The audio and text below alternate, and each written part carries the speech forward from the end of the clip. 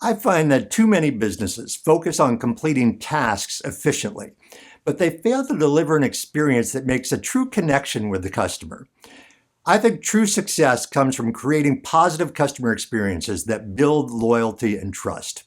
So in this video, I'm going to explore why shifting from a task-oriented approach to an experience-oriented approach can set your organization apart and keep your customers coming back, which is the name of the game. So we've all been there.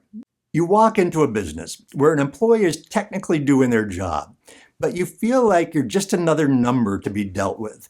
They process your order, answer your question, complete your transaction, but something is missing. The task has been completed, but you feel like you've just been processed. It wasn't a bad experience, but it isn't one that generates that connection or that feeling of loyalty. On the other hand, when somebody does their job with an experience approach, things are very different. Now, they still get the task done. We all have tasks that we have to get done, but they do things in a way that makes you feel welcome and valued. There's a sense of connection that inspires loyalty and positive word of mouth. And again, that's the name of the game.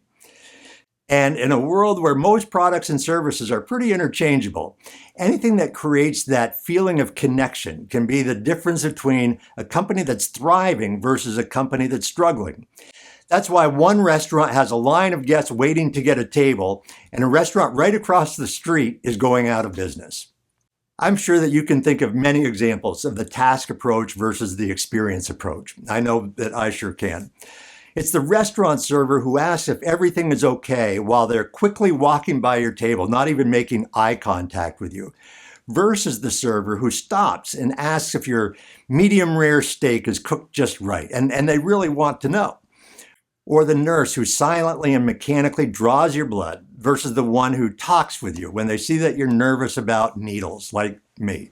I like it when they tell me how brave I'm being and maybe give me a dinosaur Band-Aid afterwards.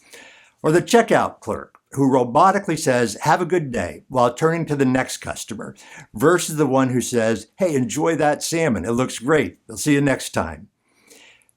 Now, in each of these cases, the employees are technically doing the same job, but the feeling is so different. It's very different.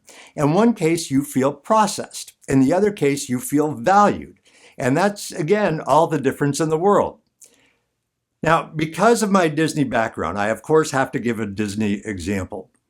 Custodians at Disney World have a tough job. Cleaning up after people on vacation in a crowded park, that's a hard job. The task is to sweep the streets, empty the trash cans, clean tables, etc. But because they get more contact than just about any other cast members, they're experts on the park.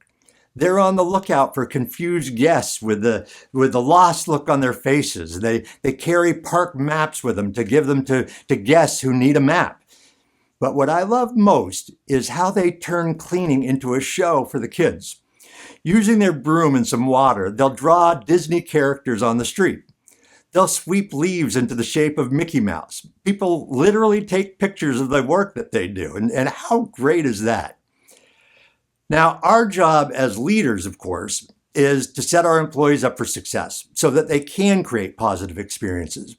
We need to provide the training. We need to encourage them and recognize them when they do a great job with customers. We need to share best practices so that good ideas from other employees spread around the organization. They need the tools to be great with customers, and we need to empower them to delight our customers.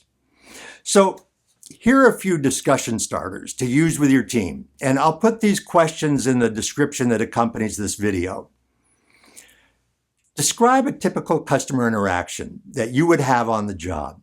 What behaviors or language would demonstrate a focus on creating positive experiences compared to simply completing a task? This question gets your team thinking beyond the mechanics of the job, which is what you want. Share an excellent experience that you've had as a customer. What made it excellent? What can we learn or adapt from that experience? I think it's good to look outside our bubble in our own business for good ideas. Terrific ideas are everywhere. What can I do to set you up for success in creating great customer experiences?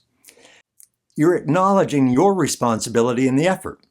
Now, you're not going to be able to implement every suggestion, but some of the ideas will be no-brainers.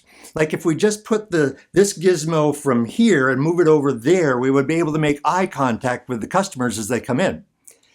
The idea is to engage your team in coming up with ways to make customers feel welcome and to feel valued. And that's important no matter what business you're in or how customers interact with your business. Creating exceptional customer experiences isn't about adding more work. It's about shifting the mindset from simply completing tasks to creating meaningful connections. When employees feel empowered and supported in delivering great experiences, customers notice and loyalty follows.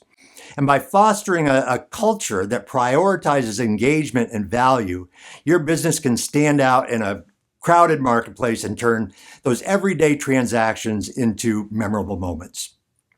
So I hope that these ideas have been helpful for you. To see more videos like this one, be sure and hit the subscribe button. And if you'd like access to additional information on how to raise the bar of service in your organization, please visit our website, www.snowassociates.com. Thanks so much for watching.